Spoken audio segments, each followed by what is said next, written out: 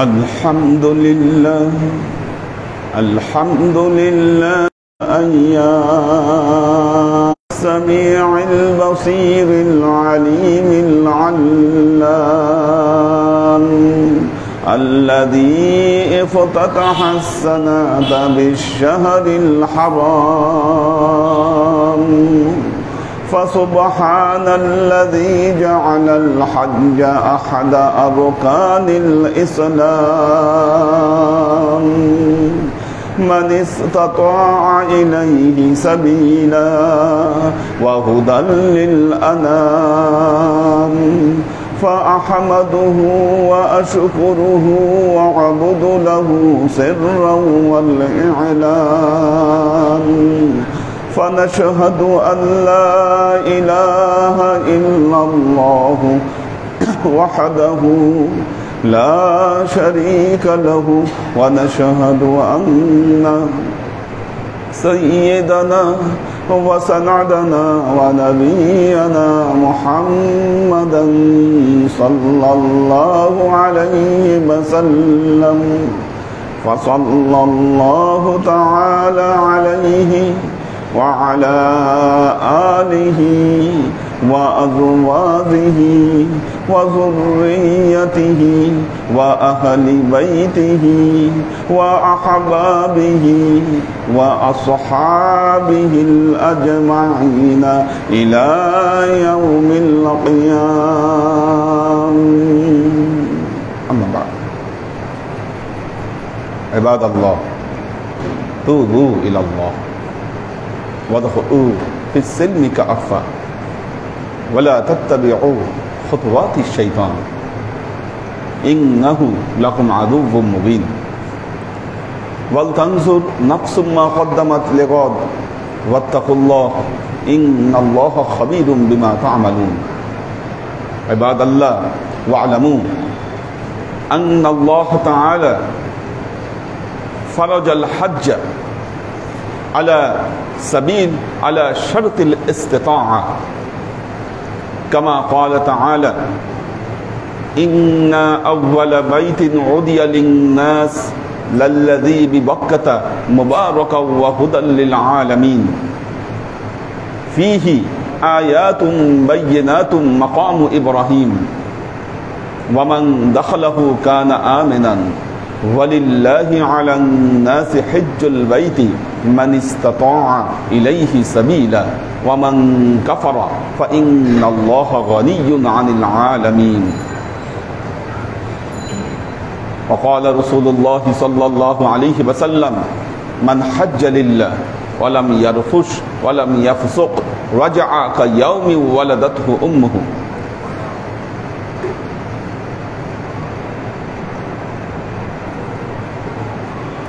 وقال رسول الله صلى الله عليه وسلم من خرج للحج أو العمرة أو الغج فمات في الطريق كتب الله له أجر الحج والعمرة والغج ولم يحاسب ولم يعاقب يوم القيامة قيل ادخل الجنة.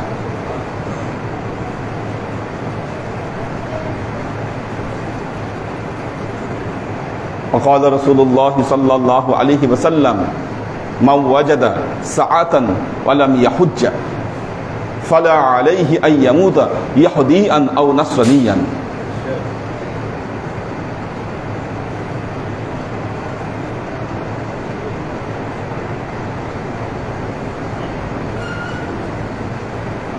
وقال الله تعالى في كلامه المجيد وفرقانه الحميد الحج أشهر معلومة فمن فرض فيهن الحج فلا رفث ولا فسوق ولا جدال في الحج.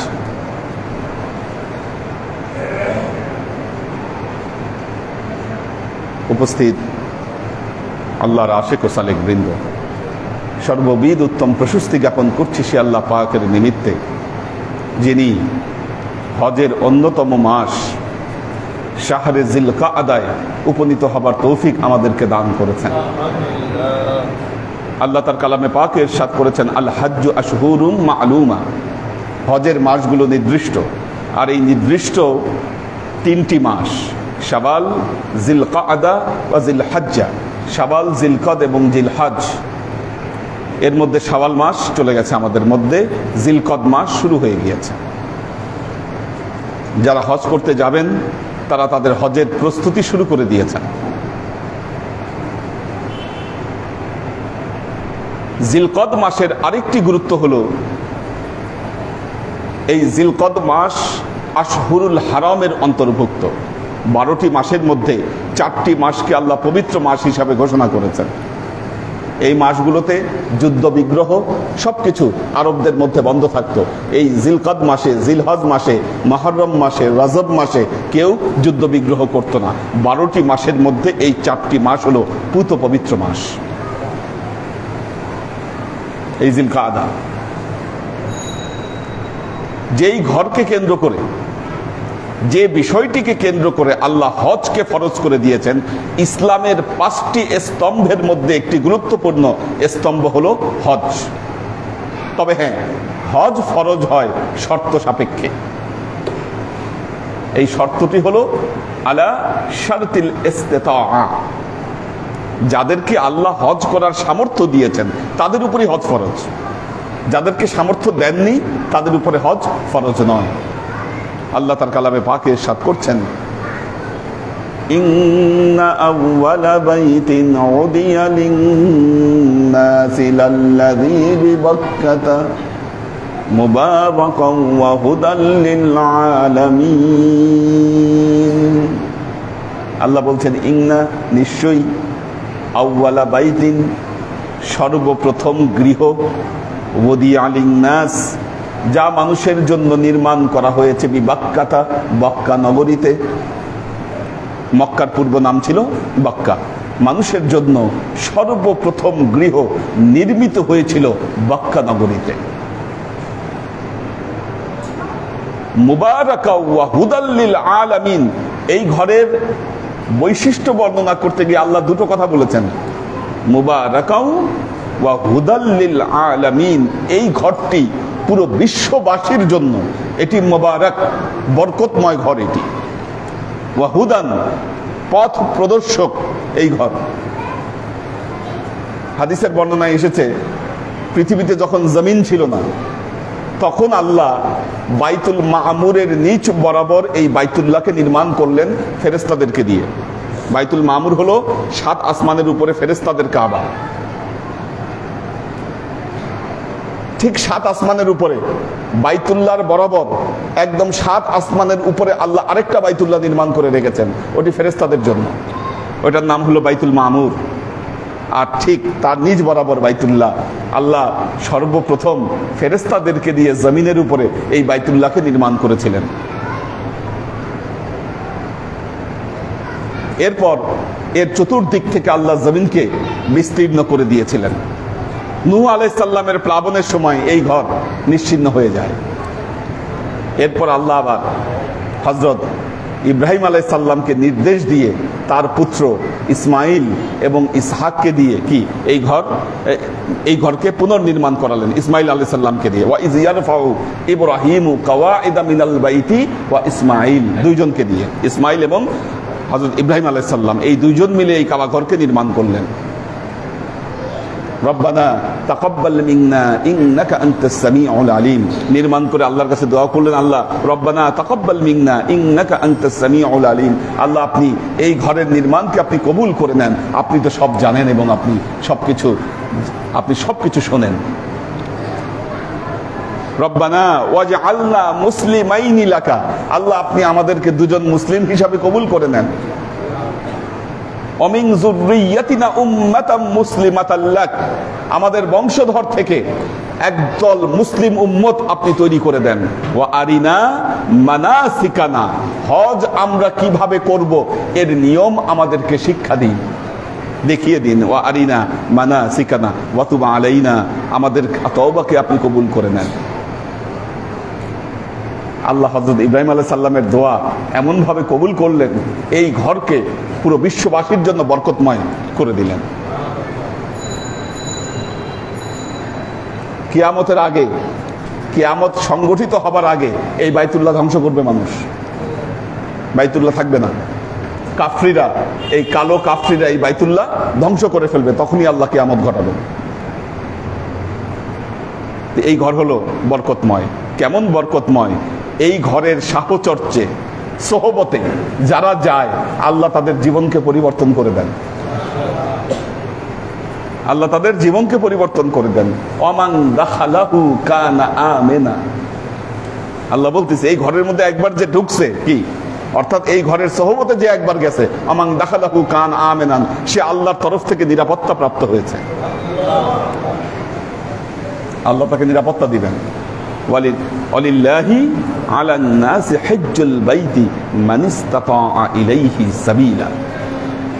আল্লাহ বলছেন ওয়ালিল্লাহি আলান নাসি হিজ্জুল বাইতি, আল্লাহ এই ঘরের হজকে ফরজ করে দিয়েছেন তাদের উপর, মান ইসতাতাআ ইলাইহি সাবিলা, যারা এই ঘরে যাওয়া আসার খরচ বহন করতে সক্ষম তাদেরকে আল্লাহ এই ঘরের হজকে ফরজ করে দিয়েছেন। এখানে আর কি আছে আল্লাহ বলতেছেন, দেখেন, ফিহি আয়াতুম বাইয়িনাতুম মাকামু ইব্রাহিম। এই ঘরের মধ্যে আল্লাহর অনেক জ্বলন্ত নিদর্শন আল্লাহ রেখে দিয়েছে। আয়াতুম বাইয়িনাতুন, বহুবচন ব্যবহার করেছেন আল্লাহ। ফিহি আয়াতুম বাইয়িনাত, জ্বলন্ত নিদর্শন। তার মধ্যে একটা হলো মাকাম ইব্রাহিম। মাকাম ইব্রাহিমটি কি? বাইতুল্লাহ দুই জায়গার দুইটা পাথর আছে, দুইটা পাথর, একটা হলো হাজরে আসওয়াদ, একটা হলো মাকাম ইব্রাহিম। বাইতুল্লাহ যখন নির্মাণ করেন দেখছেন না কত উঁচা। এখন আগে তো যন্ত্রপাতি ছিল না, আরবের ওই মরু প্রান্তরে এত ঘর, এত উঁচা ঘর কিভাবে নির্মাণ করবেন? এই ঘরের নির্মাণের সহযোগিতায় আল্লাহ জান্নাত থেকে এই মাকামি ইব্রাহিম পাঠিয়ে দিয়েছিলেন হযরত ইব্রাহিম আলাইহিস সালামের জন্য। এটা লিফটের মতো কাজ করছে। যখন উঁচুতে নির্মাণ করা দরকার হয়েছে পাথর উপরে উঠে গেছে, আবার নিচে যখন নির্মাণের দরকার হয়েছে তখন নিচে চলে আসে। এমনি তো পাথরে প্রাণ আছে, কি এটা বিজ্ঞানের কথা, পাথরে প্রাণ আছে। আল্লাহ বলছে ওয়া ইন্না মিনাল হাজার লামা ইয়াতাফাজ্জারু মিন খাশিয়াতিল্লাহ, পাথরের মধ্যে অনেক পাথর আছে যেটা আল্লাহর ভয়ে ফেটে যায়। আল্লাহর ভয়ে পাথর ফেটে যায় এবং এর থেকে পানি বের হয়। কি এই যে নদী নালা ঝর্ণা এখান থেকে তৈরি, পাথর ফেটে। কি পাথরের তিনটি প্রাণ আছে, কিন্তু এই তেলেসমতি আমরা চোখে দেখি না, পাথর উঁচানা কি যাওয়া আসা করে। কি এই পাথর, কি এই পাথর উপরে উঠেছে, নিচে নেমেছে, আকার পরিবর্তন করেছে, কি যার ফলে এই পাথরের উপরে হযরত ইব্রাহিম আলাইহিস সালামের পায়ের ছাপ পড়ে গেছে। আরেকটা আছে হাজরে আসওয়াদ। আসওয়াদ শব্দের অর্থ হলো কালো। এই পাথর যখন আল্লাহ জান্নাত থেকে পাঠিয়েছে এই পাথরের রং ছিল সাদা, কিন্তু যারাই এই পাথরে চুমু দিয়েছে তাদের পাপ সব টেনে নিয়েছে এই পাথর। এখন এটা কালো পাথরে পরিণত হয়েছে মানুষের পাপ গ্রহণ করতে করতে। এবং হাদিসের বর্ণনা এটাও আছে যে আল্লাহ এই দুইটি পাথরকে জান্নাত থেকে প্রেরণ করেছিলেন, আর এই দুইটি পাথর যদি তাদের নিজস্ব রূপকে প্রদর্শন করত, পৃথিবীতে আলোকিত করতে সূর্যের দরকার হতো না। এই দুই পাথরের আলোকে আলোকিত হয়ে যেত পৃথিবী। এই যে দুই উজ্জ্বল, কি ফিহি আয়াতুম বাইয়িনা। মুলতাজিম, কাবার যে দরজা, কি মুলতাজিম বলা হয় এটাকে। এটা দোয়া কবুলের জায়গা। যখন আব্রাহার বাহিনী বাইতুল্লাহ আক্রমণ করেছিল, হযরত আব্দুল মুত্তালিব এই কাবা ঘরের মুলতাজিম ধরেই তিনি দোয়া করেছিলেন যে আল্লাহ তোমার ঘর রক্ষা করার দায়িত্ব তোমার, আমরা অপারগ, আমরা পারছি না। কি চাবি ওখানে স্থাপন করলেন যে আল্লাহ তোমার ঘর তুমি সামলাও। কি আল্লাহ সামলিয়েছেন। আরসালা আলাইহিম তায়রান আবাবিল, আল্লাহ আবাবিল পাখি পাঠিয়ে নিশ্চিহ্ন করে দিয়েছিলেন। হাতিম মুলতাজিমের পরে দেখবেন যে যারা আপনারা গিয়েছেন যে মার্বেলের একটা বেষ্টনী দেওয়া হাতিম, ইব্রাহিম আলাইহিস সালামের নির্মাণের সময় এই হাতিম বাইতুল্লাহর ভেতরে ছিল, কিন্তু পরবর্তীতে যখন কুরাইশরা নির্মাণ করে, এই কুরাইশদের নির্মাণের সময় অর্থ অভাবের কারণে হাতিমকে বাহিরে রেখে কাবা ঘরকে নির্মাণ করা হয় একটু ছোট করে। এবং আল্লাহ নবী অনেকদিন মা আয়েশাকে বলেছেন যে আয়েশা, আমার মনে চায় যে আমি কাবা ঘরটাকে ভেঙে হাতিমকে নিয়ে আবার আমি নির্মাণ করি, কিন্তু তোমার যে কওম, এদের মধ্যে ফিতনা তৈরি হবে, এই জন্য আমি পারছি না এই কাজটা করতে। যখন আব্দুল্লাহ ইবনে জুবায়ের তিনি যখন এই মক্কার শাসনকর্তা হয়েছিলেন, তখন তিনি আবার এই হাতিমকে নিয়ে পুনর্নির্মাণ করেছিলেন এই কাবা ঘরকে আবার। যে আল্লাহ নবী এ কথা বলেছে, ওনার মনের ইচ্ছা ছিল, কাজেই আমি চাই কাবা ঘরকে আমি পুনর্নির্মাণ করবো। উনি আবার এই হাতিমকে ভেতরে নিয়ে কাবা ঘরকে নির্মাণ করেছিলেন। পরবর্তীতে হাজ্জাজ বিন ইউসুফ যখন আবার খলিফা হন, তখন তিনি বলেন যে আল্লাহর নবীর সময় হাতিম বাইরে ছিল, তা আব্দুল্লাহ ইবনে জুবায়ের কে যে সে হাতিমকে নিয়ে আবার নির্মাণ করলো, উনি আবার ভেঙে কি হাতিমকে বাইরে রেখে এই যে বর্তমান সুরতে এটাকে নির্মাণ করেছেন। তো আল্লাহর আশিক ও সালেক বৃন্দ, এবং আপনারা যারা যাবেন দেখবেন যে বাইতুল্লাহর দরজার পাশে ডান পাশে নিচের যে মার্বেলের যে বেষ্টনী আছে, হযরত ইব্রাহিম আলাইহিস সালাম যেই পাথর দিয়ে নির্মাণ করেছিলেন বাইতুল্লাহ, ওই পাথর ওখানে রাখা আছে। হিব্রু ভাষায় লেখা একটা ফলক লেখা আছে, যেটা ইব্রাহিম আলাইহিস সালাম লিখেছিলেন, ওখানে রাখা আছে ওই ফলক। তো এই যে রুকনে ইয়ামিনী, সাফা মারওয়া, কি আল্লাহ তো পবিত্র কোরআনে বলেছেন ইন্নাস সাফা ওয়াল মারওয়াতা মিন শাআইরিল্লাহ, সাফা মারওয়া আল্লাহর নিদর্শন সমূহের অন্তর্ভুক্ত। যারা যাচ্ছেন, যারা বাইতুল্লাহ যেতে পারেন, তারা এই যে বরকতময় বিষয়গুলোর সহবতে কিন্তু তারা আসতে পারেন। ফিহি আয়াতুম বাইয়িনাতুম মাকামু ইব্রাহিম ওয়ালিল্লাহি আলান নাসি হজ্জুল বাইতি মান ইসতাতাআ ইলাইহি সাবিলা ওমান কাফারা ফাইন্নাল্লাহা, পুরো বিশ্ববাসীর কাছ থেকে অমুখাপেক্ষী, আল্লাহ কারো মুখাপেক্ষী নন। وقال رسول الله صلى الله عليه وسلم من وجد سعة ولم يحج فلا عليه। এজন্য যখনই আল্লাহ যাকে হজের সামর্থ্য দেয়, এখন তো হজ করতে অনেক টাকা লাগে, এখন তো টাকার পরিমাণ অনেক বেড়ে গেছে, মনে হয় 7 লাখ টাকার মতো লাগে এখন, আগে তো এত লাগতো না। হ্যাঁ, আমরা যখন প্রথম হজে গেলাম, কত মনে হয় 2.5 লাখ নিয়েছিল না 3 লাখ? প্রথম যখন যাই 2008-এ 2 লাখ, 2-2.5 লাখে আমরা হজ করছি। হ্যাঁ, 3,10,000, এটা 14-তে, 2014-তেও ছিল 3,10,000, এখন সেটা প্রায় 1.5 লাখ থেকে 88-এ। তো আমরা ভালোই গেছি। আপনি 88-এ যদি 1.5 লাখে যান, আমরা গেছি 2 লাখে, তো আমরা কমই গেছি। হ্যাঁ, কিন্তু এখন তো 7 লাখে গিয়ে ঠেকছে এই হজের অবস্থা, কারণ মারাত্মক পরিস্থিতি। আল্লাহ রহম করুক আমাদের উপরে। হ্যাঁ, তো হয়তো পরিস্থিতির সামনে সহজ হবে, কিন্তু সামর্থ্য দিলে, সামর্থ্য পেলে, সুযোগ পেলে হজ করা উচিত। যারা হজে যেতে পারবেন না, সামর্থ্য না কুলাইলে ওমরা অন্তত পক্ষে করা উচিত। ওমরা তো এখনো কম আছে, তাও ওমরায় গেলে বাইতুল্লাহ দেখে আসতে পারবেন, আল্লাহর নবীর রওজা তো জিয়ারত করে আসতে পারবেন। আল্লাহ আমাদেরকে তৌফিক দান করুন। বারাকাল্লাহু লানা ওয়া লাকুম ফিল কুরআনিল আযীম ওয়া নাফা'ানা ওয়া ইয়্যাকুম লা আয়াতি ওয়া যিকরিল হাকীম ইন্নাহু তাআলা জাওয়াদুন কারীমুম মালিকুন বাররাউফুর রহিম।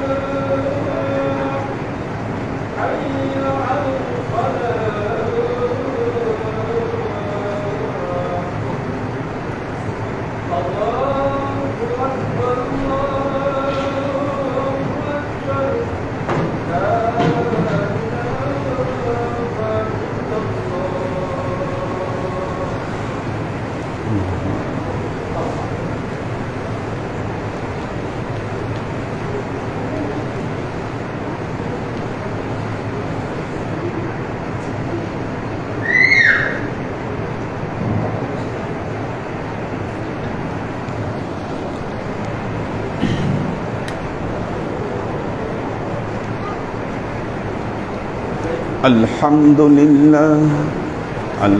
لله الذي مقدر الشهور والأيام ومجدد الدهور والأعوام الذي افتتح السنة بالشهر الحرام فسبحان الذي جعل الحج أحد أركان الإسلام من استطاع إليه سبيلا وهدى للأنام فنشهد أن لا إله إلا الله وحده لا شريك له ونشهد أن سيدنا وسندنا ونبينا محمدا صلى الله عليه وسلم فصلى الله تعالى عليه وعلى آله وأزواجه وذريته وأهل بيته وأحبابه وأصحابه الأجمعين إلى يوم القيامة. أما بعد، عباد الله، توبوا إلى الله وادخلوا في السلم كافة ولا تتبعوا خطوات الشيطان إنه لكم عدو مبين ولتنظر نفس ما قدمت لغد واتقوا الله إن الله خبير بما تعملون. عباد الله، واعلموا أن الله تعالى فرض الحج على شرط الاستطاعة. عباد الله، فاتعظوا بنصيحتي كما أخبركم الآن بخطبتي. بارك الله لنا ولكم في القرآن العظيم ونفعنا وإياكم الآيات والذكر الحكيم إنه تعالى جواد كريم مالك بالرؤوف الرحيم.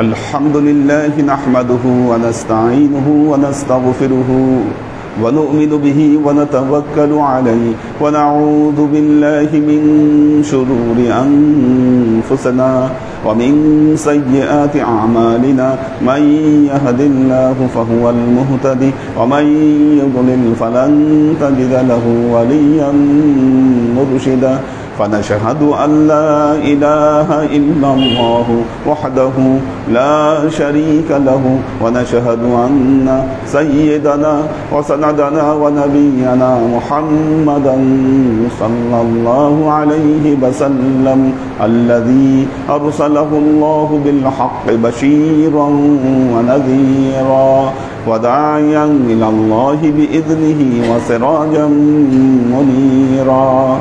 وقال تعالى إن الله وملائكته يصلون على النبي يا أيها الذين آمنوا صلوا عليه وسلموا تسليما. اللهم صل على محمد وعلى آل محمد كما صليت على إبراهيم وعلى آل إبراهيم إنك حميد مجيد. اللهم بارك على محمد وعلى آل محمد كما باركت على إبراهيم وعلى آل إبراهيم إنك حميد مجيد. اللهم صل وسلم وراحم وبارك على سيدنا ونبينا وشفيعنا وحبيبنا وقرة أعيننا محمد صلى الله عليه وسلم وعلى آله وأزواجه وذرياته وأهل بيته وأحبابه وأصحابه الأجمعين إلى يوم القيامة، خصوصا على صاحب الصدق آمير المؤمنين أبي بكر الصديق رضي الله تعالى عنه وعلى صاحب العدل والإحسان آمير المؤمنين عمر بن الخطاب رضي الله تعالى عنه وعلى صاحب الحياء والإخوان آمير المؤمنين عثمان بن عفان رضي الله تعالى عنه وعلى صاحب الحلم والعلم والعرفان آمير المؤمنين علي بن أبي طالب رضي الله تعالى عنه وعلى تمام العشرة المبشرات والتابعين والتابعين المهديين اللهم اهد أئمة المسلمين إلى سنة رسول الله صلى الله عليه وسلم اللهم اغفر أئمة المسلمين مغفرة ظاهرة وباطنة اللهم أعز الإسلام والمسلمين اللهم أت أئمة المسلمين فلاحا عظيما اللهم انصر من نصر دين محمد صلى الله عليه وسلم واجعلنا منهم وخذل من خذل دين محمد صلى الله عليه وسلم ولا تجعل منهم تعدلوا عباد الله رحمكم الله إن الله يأمركم بالعدل والإحسان وإيتاء ذي القربى وينهى عن الفحشاء والمنكر والبغي يعظكم لعلكم تذكرون فاذكروني أذكركم واشكروا لي ولا تكفرون